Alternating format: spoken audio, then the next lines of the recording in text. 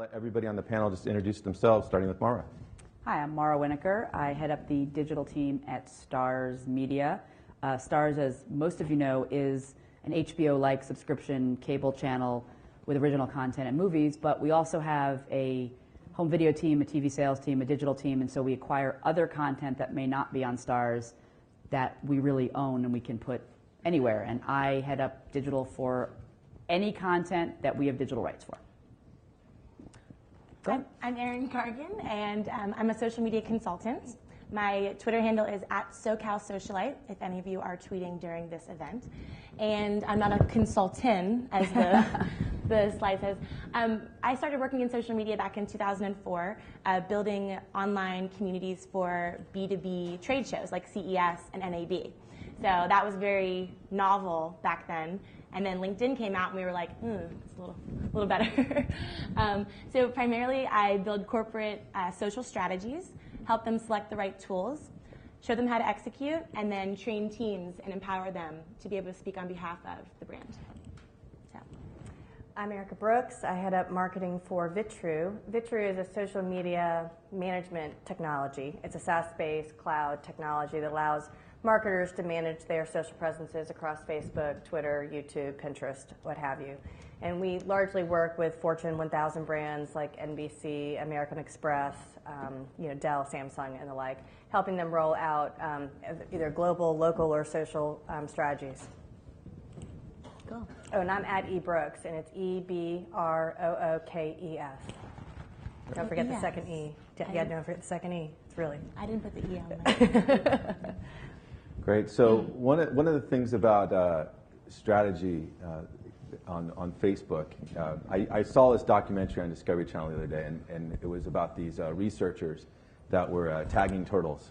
And so they have all this technology now where they know where all the turtles in the ocean are because they've tagged them all, and they do similar things with polar bears, and they know where all the polar bears are now, and they tag them too. And then I think they are similar with dolphins. And so the researchers have the dolphins and the polar bears and the turtles all tagged. But they still can't get the turtles. They still can't get the turtles, the polar bears, and other things to do tricks, right? Right.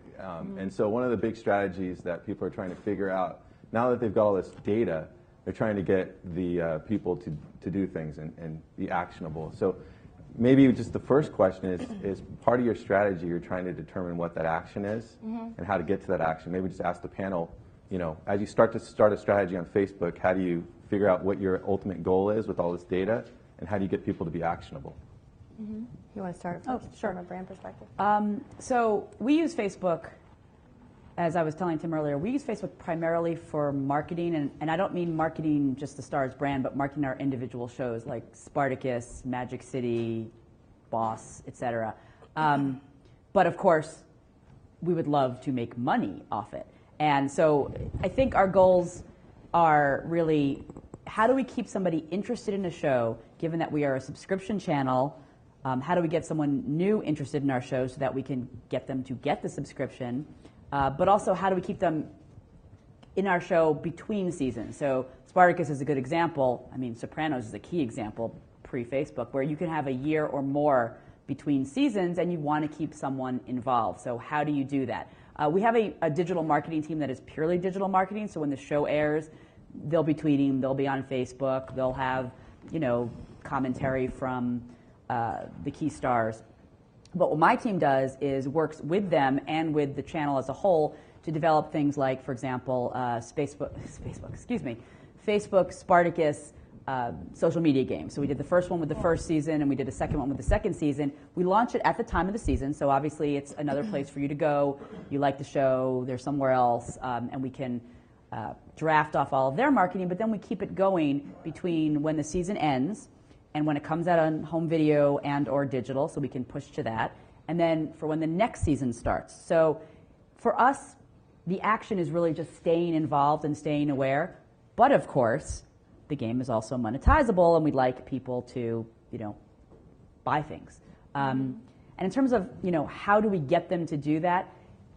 Facebook and actually the internet and social media, it's one of the first places where you can get almost immediate feedback from the consumer. So if you introduce a feature and they hate it, you'll know quickly and you'll have to change it. If you introduce I'm thinking of what we sell in our game, which is, swords and strength and power. You've got, as you might imagine, gladiators fighting each other.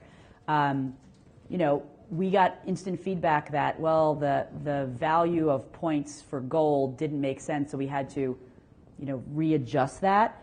And then we get instant feedback that they didn't like the way that happened. So that's sort of how I think you can get people you can drive them to action. And it's really just, we're in a world now where the consumer really can tell you what they want, and that's what you have to give them, versus I think in the past where it was more, you're trying to convince them of what they want. And there's still some of that, but they're going to tell you if it's not. Yeah, I agree with that. I think to Mara's point, it's almost like Facebook is more of a PR vehicle than an advertising vehicle. Yeah. You know what I mean? It's like if we were on this conversation and we're talking and, you're from Atlanta and you're from New York, and then one of you just dove in and was like, buy Starz Media, and then you left. That would be very awkward. That'd be very weird, right? So you have to be careful when you're inserting your brand messaging into these social conversations. Because ultimately, people are not on Facebook to buy stuff from you. They're on Facebook to look at their kids' pictures, to check their news feed, and to stalk their ex-boyfriends. Maybe that's just me. Throwing it out there.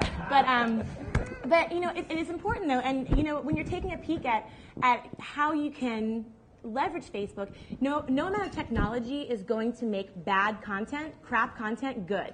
So ultimately, it's video and it's photo. If you look at your engagement stats, if any of you manage Facebook brand pages now, anyone brand page managers or anything? So if you look at your engagement stats, you always see them going through the roof on the photos and the videos. So when you look at video and how you're going to create that content, it's all about starting strong. So I actually met with, I think she was the senior VP of, you guys know TED Talks, the TED Talks on the internet. And she said that they've been around for 30 years, by the way. Yep. TED Talks. They just hit that tipping point in the last 2 or 3 years. Why? They started cutting out the intro. Hi, I'm Erin, Auction.com is one of my clients, blah, blah, blah. They just cut that out, and they got right to the heart of the matter, and they saw engagement go through the roof. That was the first thing they did. The second thing they did to kind of increase that video content was they took a look at how people view content and how they share content. So one of my friends is the chief scientist at Bitly, the Bitly links, the shorteners. Yep. And what's interesting, she sits down all day and looks at what everyone's looking at on the internet. Pretty cool job. So the number one thing, obviously, is adult content, but that aside, the second thing is sexy Halloween costumes, cute kittens, and Kim Kardashian celebrity gossip. That's what everyone's looking at, right? But what's interesting is that's not what people are sharing, right? Because what you share is a perception on you. They're sharing Forbes. They're sharing entrepreneur videos. They're sharing their awards. They're not sharing Kim Kardashian's latest breakup, but that's what they're looking at. So when you're curating that video content, you've got to think to yourself, is this going to be something that my fans, my followers are going to want to actually share to their network? Because ultimately, it's a bigger consumer investment to share than to just like or comment, right? And that's Facebook's whole value proposition, is that friends of fans, that viral reach. You know what I'm saying? Yep, exactly. Yeah, so I think the only thing I would add, we work with companies across a lot of different sectors in B2B and B2C. And so I do think the first thing you have to do is just take a step back and say, what is my business and what's my business strategy? And then what's my brand strategy? So a lot of people overcomplicate it and they dive right into, I've got to figure out what to do in this specific place called Facebook. And I think really it starts with, am I selling directly, which Mara's mentioned, or am I an indirect distributor of products like a P&G, or am I B2B like a Barracuda? And then thinking a little bit about what is your value proposition, what is your brand value proposition, and then translating that to, if I was sitting in a cocktail conversation with 100 of my customers or my fans, what is the expectation? What's the tone of voice? What's the type of content they're expecting from me? So really extending that value proposition into Facebook is what's really important. And I think spending some time taking a step back and thinking about it as opposed to one-offs, meaning I'm just doing this to drive to get 10,000 fans, really will help if you connect it across your entire business. And then I also think, I know this is really focused on Facebook, but thinking how it connects to the other social networks is really important. One of the things that we have seen is that there's higher engagement for brand content on Facebook if you have multiple channels that you're using or multiple social networks that you're engaged on. And then ultimately, I think the thing to remember is Facebook is all about the social graph, and we hear a lot about what the social graph is. The social graph is ultimately about what people are connecting to that they care about. And that sometimes people, but it's also brands. So a lot of times people discount the whole concept of getting on Facebook because they're like, well, nobody wants to hear from me, either as an individual or as in a business. But that's not true. There are people who buy from you, your customers who buy from you, and the reasons people get on Facebook. Some people want to be famous, so that happens. But they want to get closer to the brands. They want to meet other people who are fans of a brand. They want to understand maybe what's coming from the brand, maybe giving them early access to products. At the end of the day, consumers post about brands. 60% of people on Facebook have liked a brand page. 40% of people mention a brand in their status updates. So there is an opportunity if you really just think about what your core value proposition is and then use the right tone of voice to sort of drive ultimately what's the good fit for your business. And to piggyback on what Erica's saying, actually, she's on point because, Facebook did a poll of 1,200 brand pages that she's talking about. And what they found was if you do that engagement, like just to be fun, like commenting on the game on Monday or, just sharing a fun, like, hey, it's National whatever Appreciation Day, the engagement actually goes down. So brands think that you don't want to hear about their products, their services, what they're doing. But if someone likes you and they like your company, they're inviting you to talk about what you do. They want to learn more about your products and services. I'm not saying you should do the hard sell, right? It's not like coupon code, promotional offer, push, e-commerce store. That's not the answer. Exactly. But don't be afraid to talk about what you do, or they wouldn't have liked you in the first place. Exactly. Right? So I don't know. We talked a little bit about, I think, the content piece of it. The other big part of that strategy, obviously, is the place. And so historically in marketing, place would be, are you going to sell in retail? Are you going to sell direct?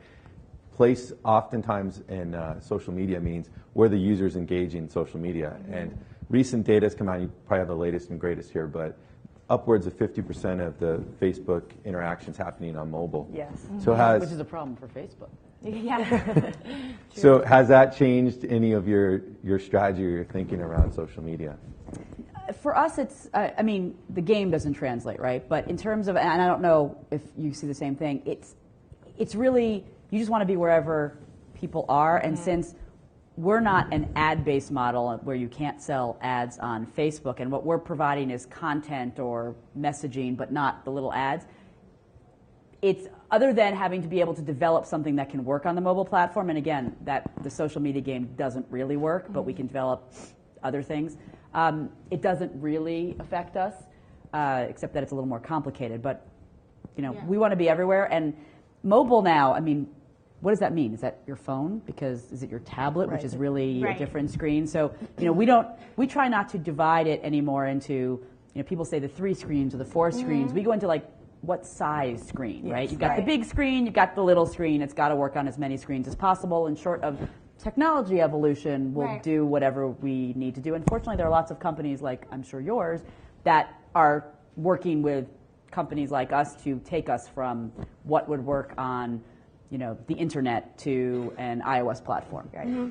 Yeah, I agree. I think with mobile, the biggest thing we're seeing is that social networks are no longer desktop first, mobile second. It's now mobile first social networking.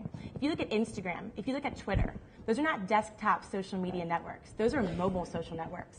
And so, when you have these people that are on the go, they want what they want, when they want it, how they want it, that's the new generation of consumer. The brands that can deliver against that, which I think that's mobile, are the ones that are going to win. The other thing with mobile, which is interesting, is that when you're taking a look at consuming content, like this morning I was coming in from the train because my parents live in Summit, New Jersey, and I was coming in, I was talking to Erica, and Tim had sent links of like what to do and what not to do on the panel. So I was like, I definitely need to check this out. So I pulled it up, and it said this content is not optimized for mobile. Right? And then I went through my Facebook feed, like maybe my favorite brand will give me some motivation or like some nice, inspirational quote that I love from Lululemon Athletica, which is an awesome brand on social media. They always pump me up with their quotes every day on my Facebook thing. So I'm scrolling through, I pull open a video, again, not optimized for mobile. And I'm like, well, I'm on the train, what the heck, So I think there's a lot of work to be done in terms of how we deliver this content and how we curate it. Because really, in the context of it, if you see certain videos and it's shot like from the back and there's a huge, all this guy's awards and all the people that are watching him, he's just a little baby ant on my 2-inch screen. You've got to get that tight shot. I mean, people are watching on mobile. You want to engage them, show the expression. Think Steve Jobs. Zoom in on that emotion. Because ultimately, if someone doesn't feel an emotion, if you can't evoke some kind of an aha moment or some kind of a contagious laughter or some kind of an interesting inspiration, people are not going to share your content. So I think that's really been the big thing for mobile. The other thing too, I'm sorry, is you're notifications. You guys like notifications you get on your apps where it's like check this out. The thing is, I don't think that notifications in the next generation of mobile are necessarily unwelcome. So if I invite apps that I care about to push relevant notifications to me, like for example, fab.com is an awesome shopping site. It really and is. They send me the deals. Do you have their app? And that's the only app that I really accept notifications from. But when they push those notifications to me on mobile, I always click through, and if I just got paid, I purchase. So it's about knowing your audience, making sure that the notifications you're pushing to them on mobile are relevant, and making sure that the content is easily consumed by how you create it, right? So yeah, great points. So I just saw this, and I should properly cite it, and I'm going to have a tough time doing it, but I just read this morning that for Facebook users of the web and then also of the mobile app, for the first time, it's been reported that the usage on the mobile app is exceeding that on the web. So Facebook app usage for people who use both has reached 441 minutes versus 391 of the web application.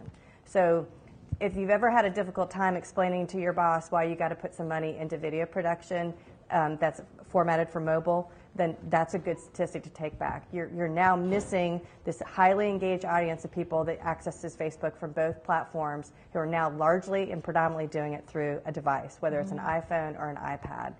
And I agree with everything you just said there. There are opportunities to sort of film once, cut it many times. And that's a great strategy for putting content out into all of those channels. And I think another thing to remember is that the audiences that are sort of below almost all of us in this room, making sort of a generalized, sweeping demographic claim here, are multiple device people. So they're looking at the iPhone and the television and maybe a laptop screen all at the same time. While they're driving. While they're driving. Yes. Don't worry, it'll be fine.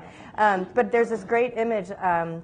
Chad Elkins works on social for an agency by the name of Engage. They do stuff for Chick-fil-A. And he shared this image at a Digiday event that they did. And it was a picture taken during the Super Bowl of a bunch of kids, and let's say the kids are sort of that 18 to 24, very desired audience, right? Very desired. And all of them are sitting in front of this gigantic screen and doing this, looking at their device. Yes.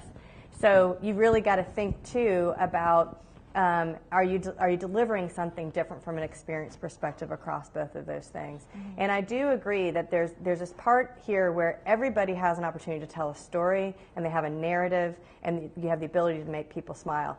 Every day, Orvis puts a picture on their Facebook page, and about 4 times a week I click on it. There's a picture of a lab, a retriever, something cute, I'm going to click on it. I mean, it just happens every time. You're the one on Kim Kardashian. I'm a sucker for the golden retriever picture. Likewise, P&G did a great job thinking about multi-channel distribution of the Thank You Mom ad. Did anybody here see the Thank You Mom ad? Okay, so they did an amazing job with it. Very well produced, extremely timely leading up to the Olympics, which they're a corporate sponsor of.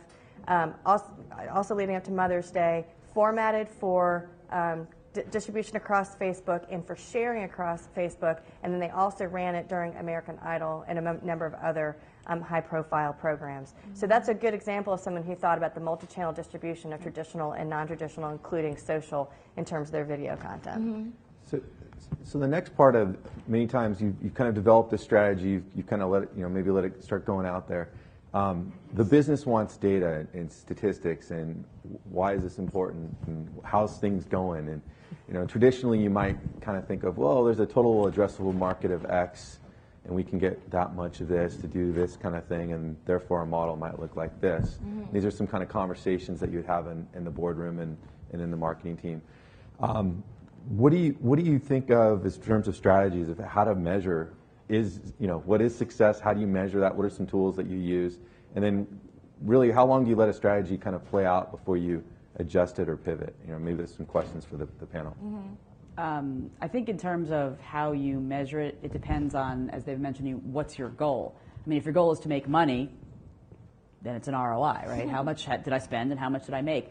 But I think, actually, Erin brought it up, and it's something that I'm not sure anyone has really come up with a nice ROI for this, but it used to be impressions, right? How many people saw this? That's traditionally what TV advertising is based on and what web banners, and it was click-throughs.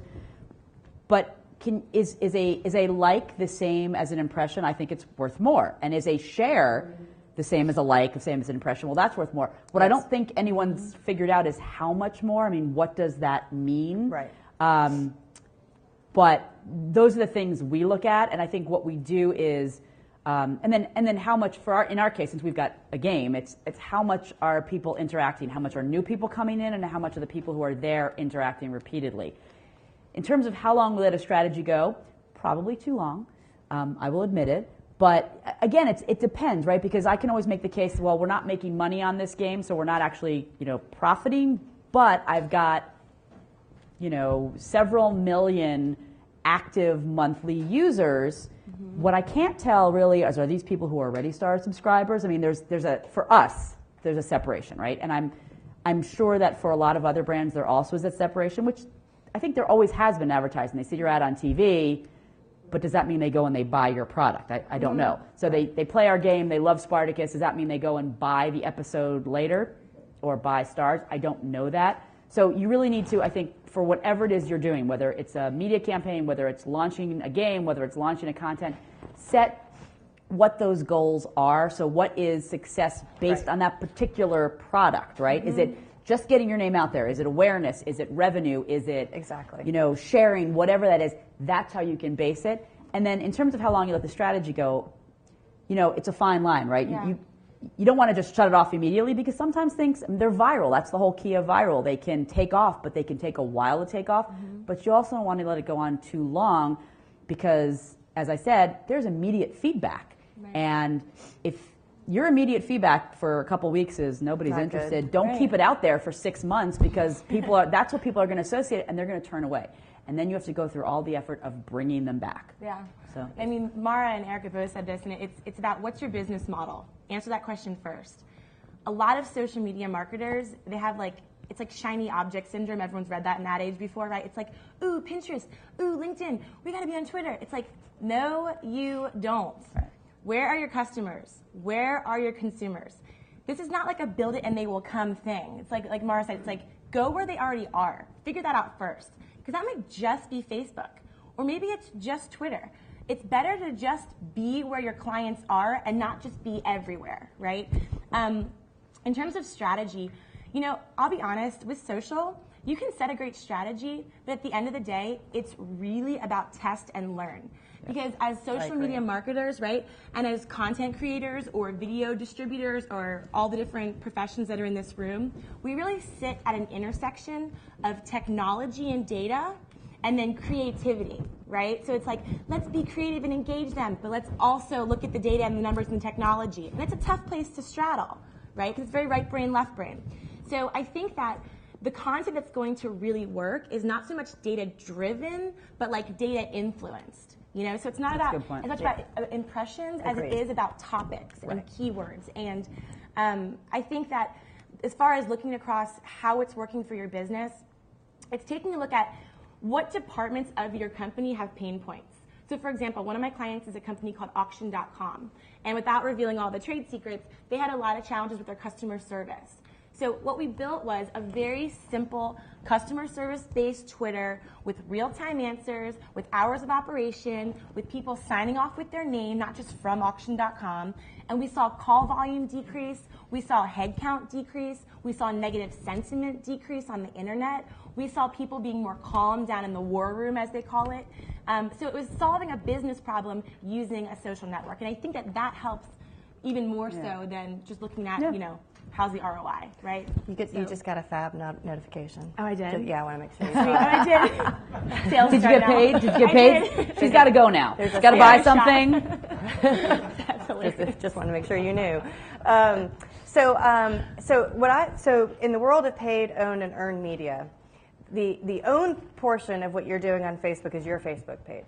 The earned portion is what people are talking about you. So when I think about measurements, I think about, are people talking about you and what are they saying? So very similar to what these folks just talked about. And I think sentiment is important because I think positive is just as important as understanding what your detractors are. So knowing who your lead influencers are and who your detractors are really important.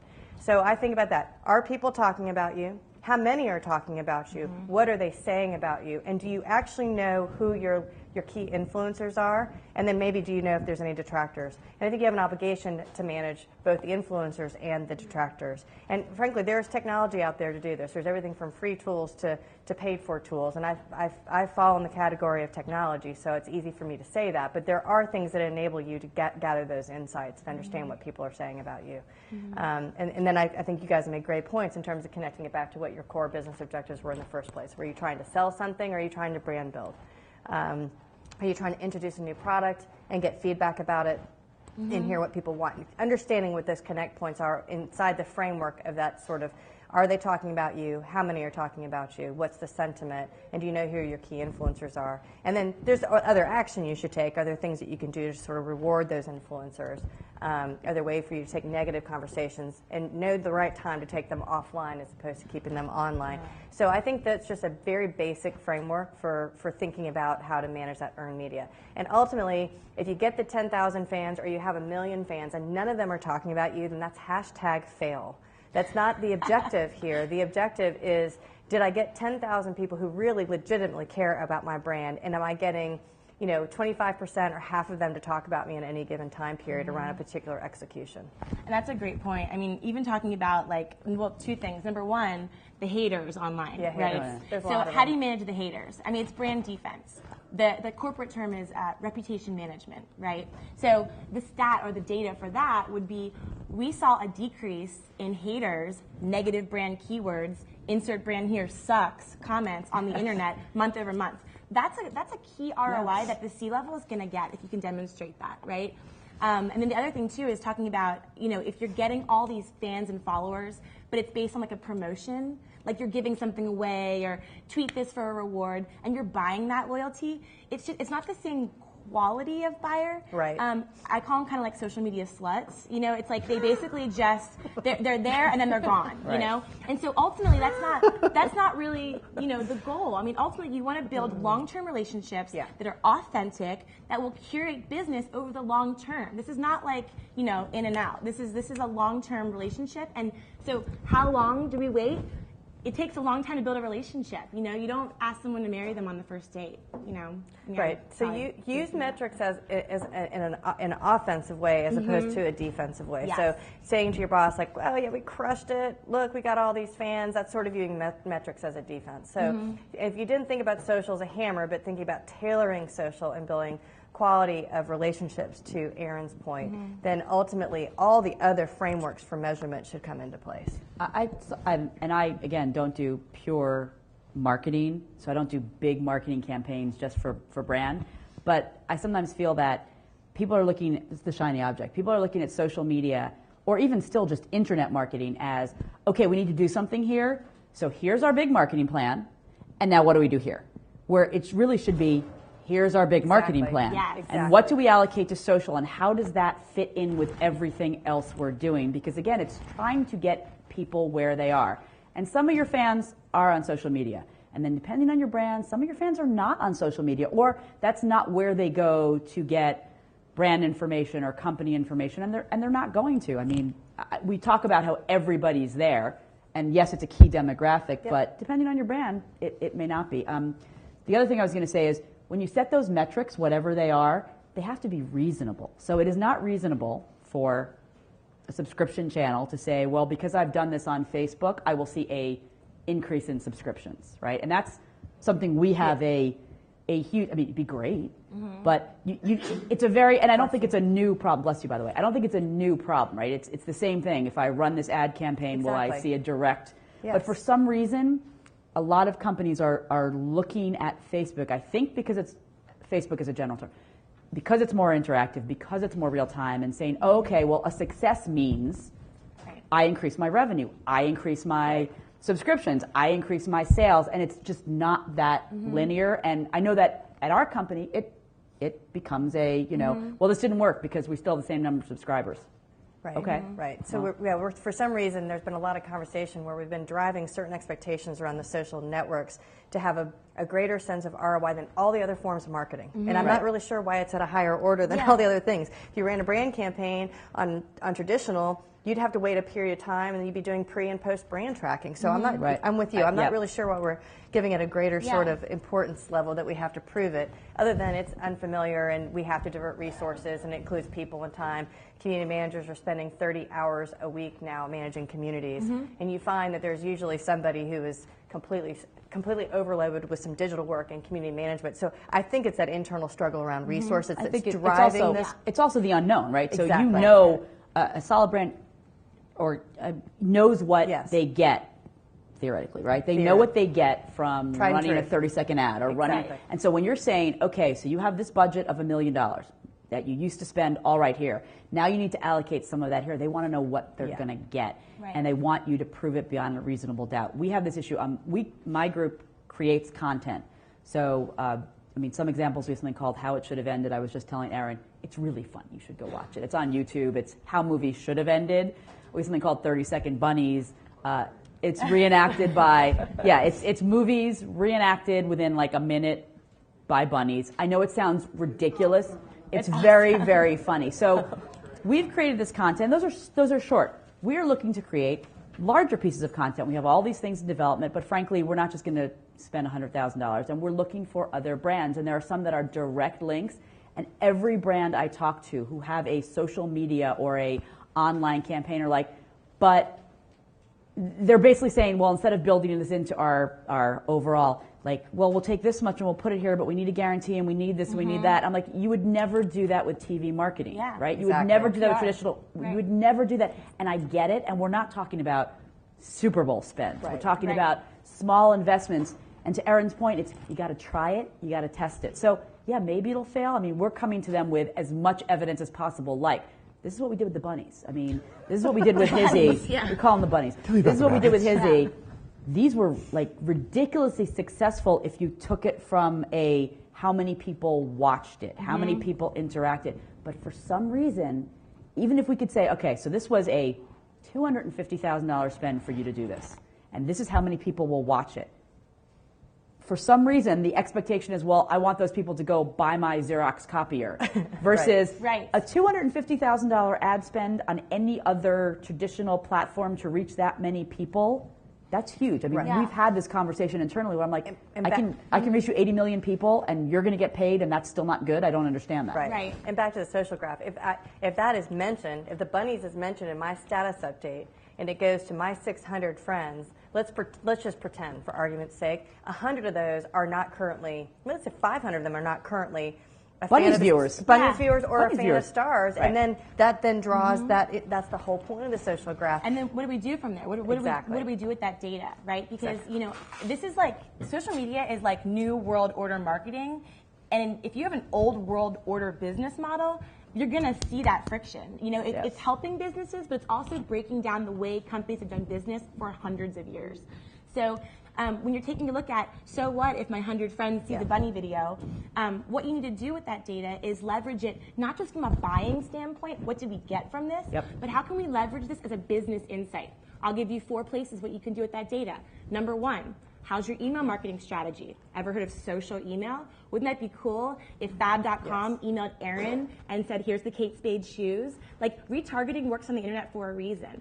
So taking that social data and integrating it so that it speaks with your constant contact, or your exact target, whatever your email provider is. Another thing too is social CRM. If you guys are using a Salesforce, if you're using a CRM to manage that funnel of that sales pipeline, how cool if somebody calls in, I pull them up on Salesforce, I see their Twitter handle, I see their Facebook info, I know about this person, now I can connect with them in a way that's relevant and relatable to them. Even taking a look at social sign-on for websites. If you're logging onto someone's website with your Facebook ID, now I not only have your name and your email, but if you've allowed me, I now know where you live, what you like, how many kids you have. Imagine what you could do with video content or with marketing content, knowing the data from the 100 friends that watched the freaking bunny video. There's ROI there. The only one I think all those are fantastic, Erin. The one that I would add to that is utilizing open graph objects, which you can use in a web world. So if we know that people like the bunnies video, people can you can install a like button on your web property where people can then like it. And then Mara and her group can target people through publishing technology to just publish people who liked the bunny videos. That's a great opportunity to segment your content, because that is actually one of the opportunities through Facebook, which is creating sub-segments underneath the main brand page that you have and do targeted publishing to them. Yeah, so that's one thing I would add to all those other smart things. So this week was really interesting getting ready for this panel because there was so much material. Kramer was actually on last night, the money guy, talking about Facebook.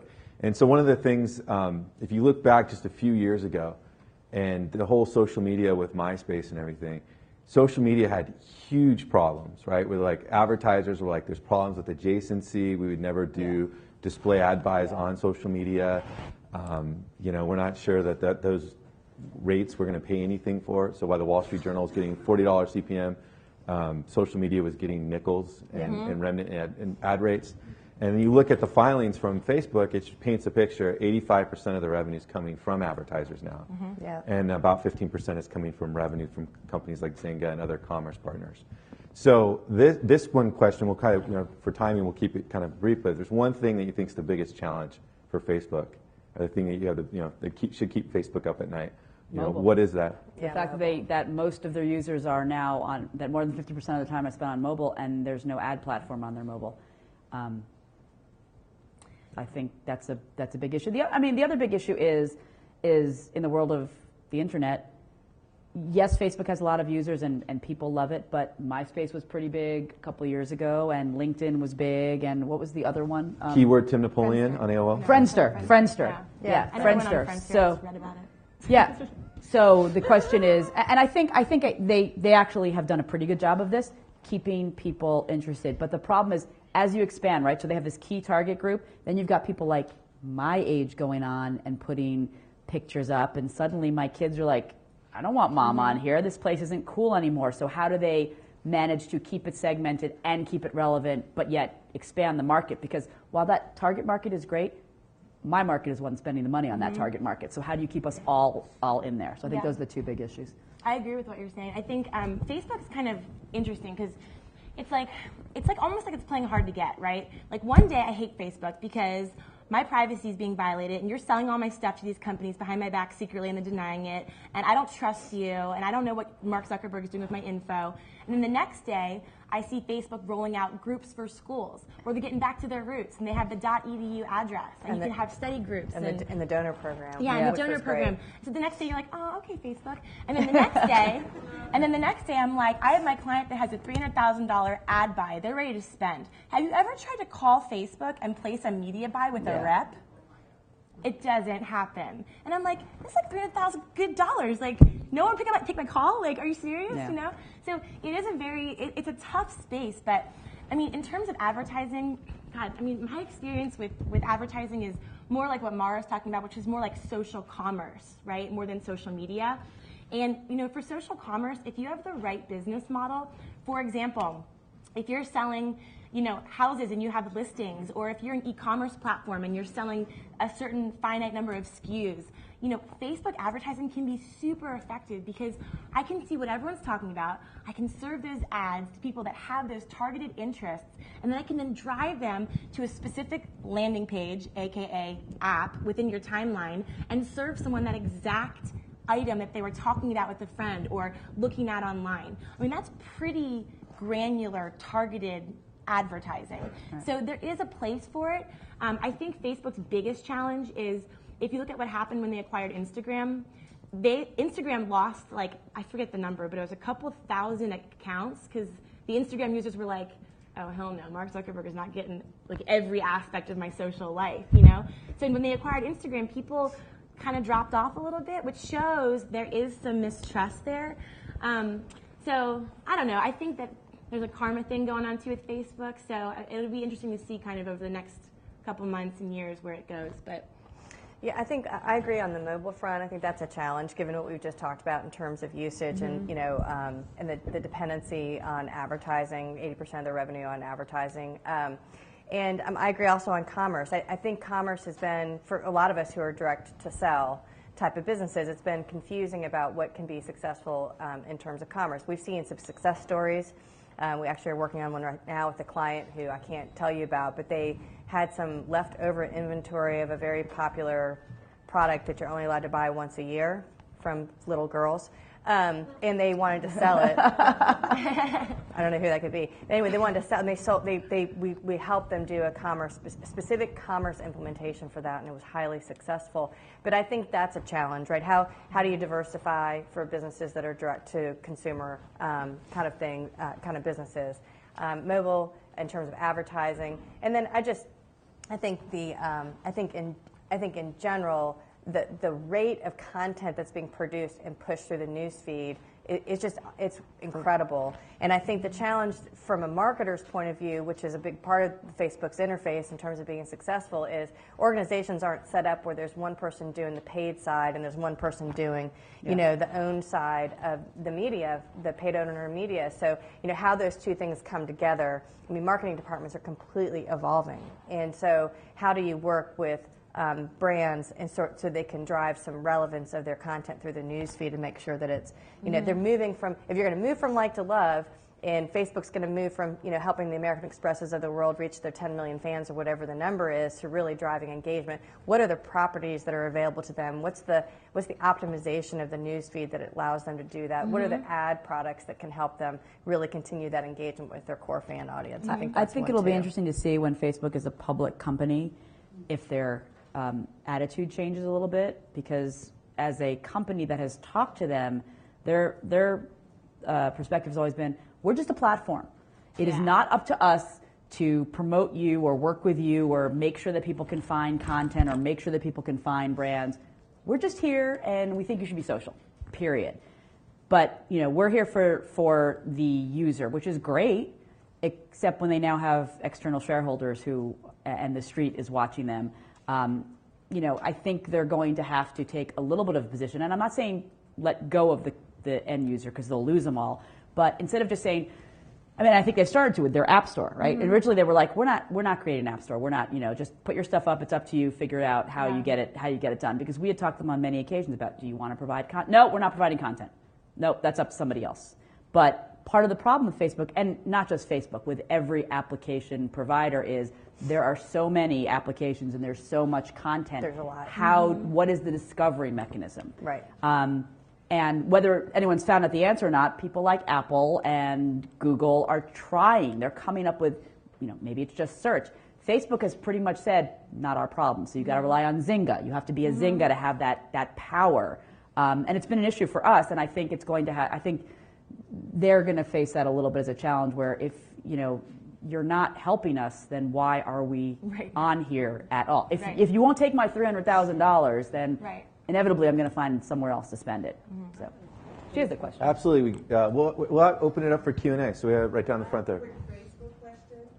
First of all, this morning on the Today Show, they said that 59% of the people that use Facebook think it's going to pass, like it's a fad. And also now brands are starting to build their own social networks away from Facebook that are very much like Facebook. So I wonder what you think about that. Do you have an example of who's doing that? There's a company called Secret Age of Beauty. They built a whole platform that looks just like Facebook, where they're engaging their particular customers and women in general to talk about beauty. So just so the people can hear, so the question is it a fad in private communities or specialized communities? So real quick, just so the people can hear that the question was, is Facebook a fad, and do you think people will take some of the things about the social elements that are and just integrate that into their own websites instead of having people redirected to Facebook? Yeah, I think that there is definitely a trend towards trying to differentiate from the noise, right? Because Facebook's now become Times Square with 900 million users. As far as building your own social network, I'm a little divided on that because I think you should fish where the fish are, as we talked about earlier. But there is definitely a tendency now towards towards differentiating towards like niche apps, niche networks. Right. People don't want to just be on Facebook with everyone. They want to be on the social network where they can, bless you, where they can just shop for, my Fab shoes in Orange County that my friends are talking about. If you look at the way that apps are being played out on iTunes, there is no like Google of the apps. There's no like aggregator of all the apps. And what I think we're going to start to see more and more is that niche breaking down of being hyper targeted and hyper relevant. So even if you look at like in the Facebook news feed, how do you differentiate your brand? I really believe that for video content to work, not only do you have to create it and curate it, but how you distribute it needs to be extremely targeted. So whether you're using a Vitro or an Involver or a Context Optional or a Get Satisfaction or whatever your tool is, making sure that you're serving that video content to a hyper-local niche within X radius zip code or within X interest markets is going to be how you're going to see that engagement grow. And that's what that company you're talking about is trying to do. So, Next question, we got down there. The only thing I was going to add to that, I mean, the average time spent on Facebook right now is like 7.5 hours. I mean, 7.5 hours. I mean, basically that's almost always on. We're only awake for like 12 hours, or in my case, like 14 hours. So, I mean, I don't know about what the average time spent or average number of years on Facebook is. It's probably 4 to 5 years in this room, and I've been on Twitter for about 5 years, which is a little bit longer. So, I mean, the one thing I would say is they are evolving that platform, and some of the things they've done in terms of this app kind of engagement opportunity is making it really ever-present, and the Open Graph-like objects makes it really integrated from across the web. So it's hard for me to view it as simply as a fad, but I do see the value in vertically segmented niche content as well. We had another question right there. I'm familiar with Adobe. For years, Photoshop, they were known for Photoshop, Dreamweaver, Premiere Pro. Obviously, they don't want to be left in the past, in the dust, so they realize the value of social networking. I'm a little curious to know in this event itself, how is Adobe benefiting by spending on this event? How are they connected? Not just Adobe, but the other Adobes. So I think Adobe sponsors the conference in general, and so they're sponsoring the panel. They're not specifically sponsoring the Facebook panel. So it's in general. Next question right there. This is for Aaron. You talked about having a different reaction when you were solicited on mobile rather than on your computer, desktop, or whatever, and that you were more inclined to buy. When you had could you give me some more granularity in terms of why you think that happens and what's going on there? So the question was, she felt more engaged or had a better connection with the brand when she was engaged on mobile versus the desktop. It felt more personal. Well, two things. Number one, if you're on mobile, I have downloaded your app. I've invited you to market to me, and it's personalized, right? So I can set my alerts like, do I want to get them like every day? Do I want to get them every week? Only on Fridays when I get paid? When do I want to have you marketing to me?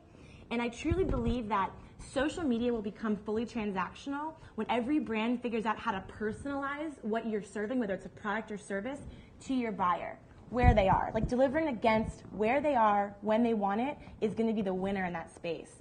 So it's almost like taking a peek at what are you trying to accomplish? Like, what do you want me to do? Do you want me to shop? Do you want me to share? Do you want me to go to your website? Figure out what you want me to do first, and then figure out how to personalize it so that when I see that message from you, I'm inclined to act. I hope that helps. Yeah. Okay.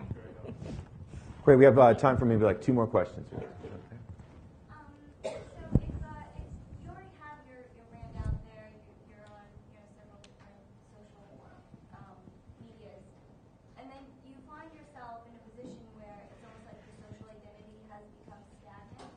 What are some things to consider to re-engage your audience, or what are some things to analyze or look for to go back to the people who have liked you or shared your videos or your photos, and all of a sudden they're not doing it anymore? What are some things to consider? So the question is, if you already have a social media presence, but the community around your presence isn't engaged or they're not commenting or there's not a lot of activity there, what are some tactics that you can use to get that audience re-energized? I think there's a couple things. I mean, Kim Kardashian. Yes. Just kidding. It sounds like some combination of Fab.com, Kim Kardashian, and pictures of yellow labs will do the job. Just do that. Yeah. In all seriousness, I think exactly. I think the key thing is to maybe take a step back and think about your content strategy, and then think about different opportunities for that content strategy. So we know that short, crisp videos work. We know images work. We actually did a white paper study. We have 500 plus brands that use our platform, our technology platform, and so we analyze a lot of data in the back end. There's a huge difference in performance when you post a picture. Open-ended questions do a lot to get people, appropriate open-ended questions, do a lot to get people engaged. So, even at Vitru, for the Vitru Facebook page, I spend time with my team thinking of what does the Monday through Sunday calendar look like, and building it around what matters to us. What is our value proposition? What's our current creative? So we may not have a campaign going at a particular time, but really thinking through things like that. I think keeping content short actually helps. I think that if you're a marketer that has a cause platform, thinking about cause, and then I think there are other things out there that drive engagement. So games are actually, I think there's something like 9.5 hours spent on social games, and utilizing a social game, and which can be on your Facebook tab and then also published out to your newsfeed, can be a way to kind of get people engaged again. So that's sort of what that's what we use, Yeah. again, what our game for. I would think that, and again, it's not treating social media differently than you're treating other media. People think you can put it out there and then just leave it, but you wouldn't do that with anywhere else. Yeah.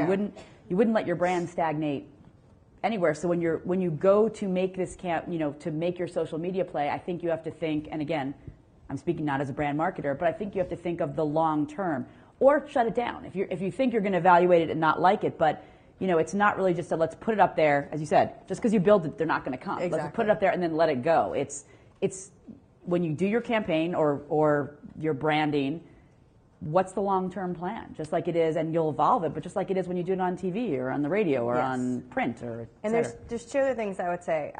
You have to make a decision as a company, as a brand. It's all about two-way conversation. So if someone makes a comment on your post, make a comment back. Or are you going to allow your fans to post content on your wall, which some people do not allow to do? Building out your timeline can be a good way to sort of instigate some conversation. Ultimately, the timeline is sort of not part of the news feed, so it's not where the daily activity happens. But think about what your history is and your value proposition, and put that out. I think the reality is, and I mentioned it earlier, 30 plus hours a week in community management. That's what the average company is doing today. We've seen an increase in the number of people who use our technology to manage their page go from 2 people to something like 6 people in less than a year. So it's real work. It's real work to kind of instigate and maintain that conversation. Great. I think we have time for one last question. So right behind you, so he had his hand up first there. Make it good. It's the last question. No pressure. No Here you pressure. So my question is for Mara, relating to commerce. I'm in a similar business where you've got a traditional broadcast model paywall, and it's like, how do you take that and then potentially move that to digital? So how are you guys testing anything with there's a big company called Millioneye that takes movies, Bob Marley movies, they put it on Facebook And on June 1st, there'll be the new Piranha 3 Double D movie from Starz. Yeah, yes, we are. We actually talked about this. Yeah, we do all digital. We do the Miramax experience. We talked And about have a this full briefly. catalog of the Miramax films on Facebook, and they're selling. So the issue for us, The Dark Knight went out. The Big Lebowski went out.